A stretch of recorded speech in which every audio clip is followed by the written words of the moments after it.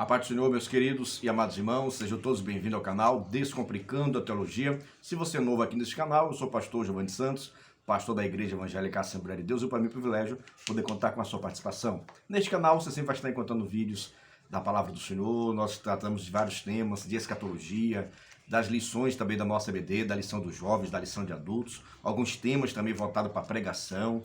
Recomendo que você dê uma olhada em nosso canal, em alguns vídeos. Se gostou, se inscreve no canal, ative o sininho, deixe seu comentário. Você pode sugerir também um tema de vídeo para que nós possamos assim estar fazendo, tá bom? Hoje nós vamos estar falando um pouquinho sobre a lição dos adultos do nosso quarto trimestre de 2021. E tá uma benção, estamos estudando sobre a vida e a obra do apóstolo Paulo. É isso aí, você conhece o homem Paulo. Agora o nome dele é Paulo ou é Saulo? O nome dele foi mudado ou não foi mudado? Me diga aí, deixe nos comentários aí o que você sabe sobre a vida deste homem, o apóstolo Paulo. Hoje nós estamos na nossa segunda lição, que vai tratar por tema Saulo de Tarso, o perseguidor. Mas é Saulo ou é Paulo? Paulo, ele depois de ser convertido ou antes de ser convertido? Eita, é tanta confusão que rola com relação a isso, mas nesse trimestre nós vamos estar estudando sobre esses temas daí. Saulo de Tarso, o perseguidor. Já começa com uma palavra bastante forte, né? Ninguém gosta de ser o perseguidor. Ninguém gosta de ser perseguido, e esse título também de perseguidor não é bom para ninguém. E nós podemos entender e verificar que o apóstolo Paulo, ele tinha essa característica, essa conduta antes de conhecer a Jesus. Então, antes de conhecer Jesus, as pessoas podem ter vários comportamentos, várias atitudes contrárias à vontade do Senhor. Mas o homem que tem encontro com Deus, o homem que se encontra com Jesus, ele precisa ser diferente. É isso que vamos estar estudando hoje, tá bom? Saulo, nós sabemos muito bem que é o seu nome hebraico. Saulo é o mesmo nome da raiz lá do hebraico de Saul. Saul e Saulo é o mesmo nome, tá ok? Na questão da tradução do hebraico para o grego, torna-se o mesmo nome. E esse era o nome hebraico judeu do apóstolo Paulo, que na época não tinha esse nome de apóstolo ainda, só passou a receber depois que iniciou a sua pregação do evangelho de Cristo Jesus. Até aí você entendeu? Vai dando glória a Deus aí, viu? Vamos dar continuidade. O nosso pastor, o nosso doutor da palavra, né, Elionai Cabral, ele já deixa logo na sua introdução e afirmação que Paulo, ele era fariseu. E isso, irmão, é de muita importância para que nós possamos pensar um pouquinho sobre a questão, quem são os fariseus? Em Israel existiam 3 partidos, né? 3 organizações diferentes. São os fariseus, os saduceus e os essênios. E o apóstolo Paulo, ele fazia parte dos fariseus no início ali da sua fé. Tanto que, nós estudamos isso na outra lição, que o apóstolo Paulo provavelmente do mesmo tempo, nasceu no mesmo ano de Jesus, no ano 5 da era cristã. É isso aí, então tinha provavelmente a mesma idade que Jesus Cristo teve. Mas, como um morava em Jerusalém, na Judéia, e outro morava em Tarso, que era a cidade grega, acabaram não se conheceram. Paulo só conheceu Jesus no dia que ele aceitou, no dia que ele teve um encontro com Jesus, lá em Atos capítulo de número 9. Nós vamos estar estudando isso na outra semana, tá bom? Então Paulo não conheceu Jesus, mas por certo conheceu o ensinamento, a palavra de Deus que estava sendo pregada. E era isso daí que Paulo era contra. Paulo era contra a palavra de Deus que estava sendo pregada pelos discípulos. Palavra essa ensinada por Jesus Cristo de Nazaré. Então o comentarista deixa aqui bastante claro que o Paulo era fariseu. Você sabe muito bem que a questão da origem dos fariseus há uma grande controvérsia com relação a isso. Mas entendemos que provavelmente a questão dos fariseus iniciaram esse período logo após a questão de Esdras, de Neemias. Talvez muitos escribas, conhecedores da lei, tornaram-se esses fariseus. Mas de uma forma simples. Quem são os fariseus? Os fariseus, os próprios nomes já diz, questão de ser separados. São os separados.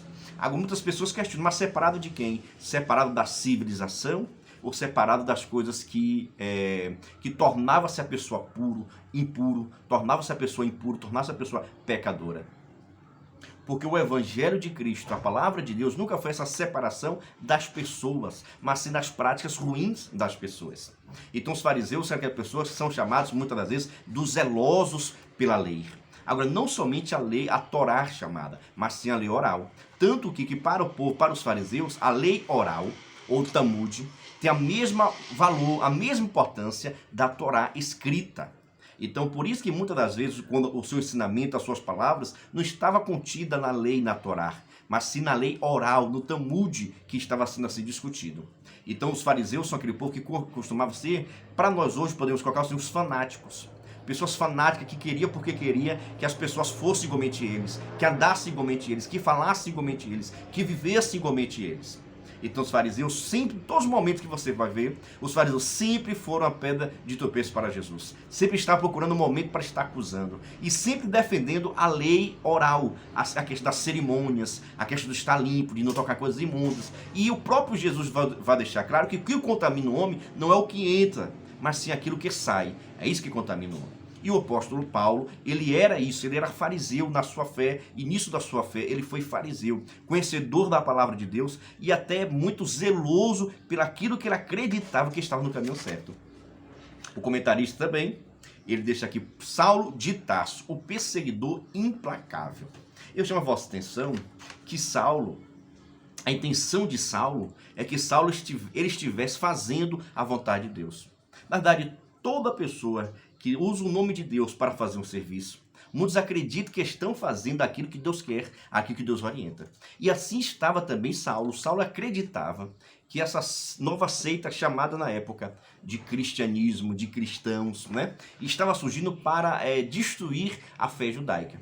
Então Saulo é levantado pelos fariseus, pelos sacerdotes, para que pudesse haver uma perseguição, para que eles pudessem estar perseguindo os cristãos, para que eles pudessem deixar a sua nova fé e retornasse às práticas do judaísmo. Então o que Saulo fazia, toda a perseguição que Saulo fazia, estava em nome de Deus, como fosse proteger a lei de Deus e a palavra do Senhor. Eu digo, irmão, como isso é tão preocupante. Até hoje nós temos muitas pessoas assim, que utilizam o nome de Deus para dizer que está defendendo a fé, para dizer que está defendendo a igreja, para dizer que está defendendo o pastor, para dizer que está defendendo o evangelho. Irmãos, não tenha dúvida disso não. O evangelho de Cristo não precisa que ninguém a defenda. A igreja de Cristo, o grande defensor da igreja de Jesus é o próprio Jesus. Aqueles que se levantarem contra a obra do Senhor, tenha certeza que um dia Deus se levanta no trono e vai estar cobrando. Nós, enquanto seres humanos, nós não precisamos estar preocupados com isso não. Porque a Bíblia diz, Jesus disse na sua palavra, que as portas do inferno não estariam prevalecendo contra ela. Porque o próprio Jesus é a pedra, é o fundamento, é a pedra de esquina, é a pedra angular, é aquela pedra principal que está em Cristo Jesus. Então a igreja está firmada em próprio Jesus. E Saulo, ele inicia, logo após da morte, né, de Estevão, ali, ele contemplou a morte de Estevão, e a partir daquele momento ele percebeu o quanto esses cristãos, esses judeus agora messiânicos, judeus diferentes, estavam com vontade, com desejo de pregar a palavra do Senhor. Então ele agora é procurado, ou procura o sacerdote ele dá uma carta que lhe dá direito de fazer uma grande perseguição contra todas aquelas seitas, nova seita que tem surgido de Jesus Cristo de Nazaré. E a partir daí ele inicia o seu ministério, a sua caçada, né? A sua caçada de todos os cristãos. Onde quer que tinha um crente, o Saulo estava lá para estar perseguindo, para estar destruindo, para que as pessoas pudessem negar a sua fé. Olha só que coisa interessante. Existem muitos perseguidores da mesma forma hoje também, viu? Nós vamos falar isso daqui a pouquinho.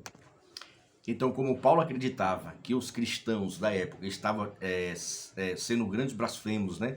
Pecando contra Deus, então ele começa a ter essa autoridade de invadir nas casas, de fazer as pessoas negarem, de bater, de açoitar, para que todo judeu que estivesse aceitando a fé cristã, a fé em Jesus Cristo, pudesse estar negando a sua fé. Quem negasse sua fé, Paulo deixava livre. Agora, quem confirmasse a sua fé em Cristo Jesus, Paulo perseguia, Paulo batia, dava autoridade para que as pessoas pudessem ir morrendo, as pessoas pudessem serem mortas. Então você vê, mas tudo isso em nome de Deus, deixa bastante claro. E isso ele acreditava que estava fazendo a vontade do Senhor. Ele estava fazendo a vontade de Deus. Isso é o que ele pensava. Assim também muitas pessoas, irmãos, eu acho que é bom, importante nós fizermos isso. Tome muito cuidado quando você pensa que está defendendo Deus, quando você pensa que está defendendo a igreja, quando você pensa que você está fazendo a vontade de Deus, que muitas das vezes Deus pode estar do outro lado da rua. E assim acontecia com Paulo. Paulo pensava que estava fazendo a vontade de Deus. E na verdade ele estava lutando contra Deus. Que todos aqueles que luta contra o crescimento da igreja, que luta contra o progresso da igreja, que luta contra o cristão, está lutando, na verdade, contra a vontade de Deus. E tenha certeza que Deus vai se levantar do trono para assim estar julgando e condenando essas pessoas. E o apóstolo Paulo, muito feliz, muito zeloso pela obra, por ser fariseu, por ter conhecimento da palavra, por ter estudado com Gamaliel, que tinha um grande conhecimento da palavra, Paulo ser um grande estudioso, Paulo era um homem muito entendido da palavra, mas, no entanto, estava no caminho errado. Tem muitas pessoas que têm conhecimento, tem pessoas que têm uma grande sabedoria, mas, no entanto, está no caminho errado. E de nada adianta. Enquanto Saulo estava cada vez mais invadindo as casas, para que pudesse perseguir e matar as pessoas, o propósito de Deus era que Saulo estivesse invadindo as casas, mas para levar o evangelho, para levar as boas novas da salvação. E é por isso que vai acontecer uma grande transformação na vida deste homem. É como é dito, Jesus vai buscar qualquer um, que para Jesus não tem melhores ou piores. Tem pessoas que estão voltadas, com o coração voltados, quebrantados para receber esta palavra. Então, quando Saulo estava lá perseguindo, destruindo, matando, Deus estava de olho nele, porque sabia e via nele um grande potencial de ser um dos maiores pregadores que essa terra já teve. Então, nós podemos perceber que o comentarista vai sempre abordar essa relação daqui, ó. Um sistema se revolta contra o Senhor. No ponto 2, a perseguição contra a igreja de Cristo. Irmãos, a igreja de Cristo, irmãos, ela nasceu na perseguição, ela viveu na perseguição e ela vai subir na perseguição. O ato, irmãos, de nós sermos perseguidos não é desaprovação de Deus, é desaprovação do mundo. Todas as vezes em que a igreja estiver sendo aplaudida pelo mundo, é porque está no caminho errado. Porque esse mundo não é para aceitar os nossos ensinamentos, as nossas doutrinas, os nossos costumes. O sistema humano não é para aceitar a nossa vontade. E nós também não estamos aqui para aceitar a vontade do mundo. Então há um grande choque. A amizade de Deus constitui-se inimizade com o mundo. E a amizade do mundo constitui-se inimigo de Deus. Não tem como você agradar a Deus fazendo a vontade do mundo. Não tem como você agradar o mundo fazendo a vontade de Deus, porque o sistema é contrário, o caminho é diferente. Um está no norte, outro está no sul, está no leste, está no oeste. Não tem como você trilhar o mesmo caminho se você está ou no mundo ou você está em Deus. E o comentarista aqui, nosso pastor Leonai, ele vem abordando exatamente esses temas daqui, olha, relacionado a Saulo de Tarso e Estevão, né? Como ficou marcado talvez na vida dele, como é que um homem simples e, no entanto, aquela palavra tão poderosa, tão perspicaz, tão forte, que é pronto de deixar de morrer, apedrejado por pregar este evangelho. Então, a partir daquele momento, ele percebeu que muitos cristãos tinham essa perspectiva, tinham essa vontade. Ele disse, não, então eu preciso fazer alguma coisa para deter o crescimento deste povo, deter essa seita. É aí agora que há a grande perseguição dos judeus pelos próprios judeus. Os sacerdotes, né, os fariseus que estavam dando essa permissão para que Saulo pudesse invadir as casas e perseguir todos aqueles que fossem cristãos. Então, quem era cristão apanhava, quem era cristão era apedrejado, quem era cristão era açoitado, quem era cristão era humilhado, para que pudesse negar a sua fé. Quantos cristãos Paulo não invadiu a casa e preferiram não negar fé e foram açoitados e foram mortos? Quantos? Mas Deus estava de olho nisso. Assim também, irmãos, o comentarista ele bota aqui no nosso terceiro ponto, falando-se quando o sistema se volta contra a igreja. Na verdade, o sistema ele é contra a igreja, porque a igreja que prega santidade, a igreja que prega a necessidade da família, a igreja que prega a questão dos bons costumes, independente da sua fé ou não. Então, não existindo igreja, não vai haver bons costumes. Não existindo igreja, não haverá prudência, não haverá santidade ao Senhor. Porque cada um vai fazer aquilo que lhe apraz. Assim como fazia no tempo do nosso amigo Noé. As pessoas faziam o que queriam. E é por isso que o pecado tomou grandes proporções na vida. Mas quando tem igreja em um lugar, tenho certeza que as pessoas são transformadas, são orientadas a não beber, são orientadas com relação à questão do pecado. Não que nós sejamos melhores do que os outros, mas nós lutamos para que nós possamos ter uma vida diferenciada. Mesmo vivendo neste mundo, mesmo participando do sistema, mas que nós possamos ser diferentes e nós possamos ser santo diante de tanto pecado, diante de tanta podridão existente nesse mundo. Então, a igreja ser perseguida, isso é notório, que todas as épocas vai estar assim.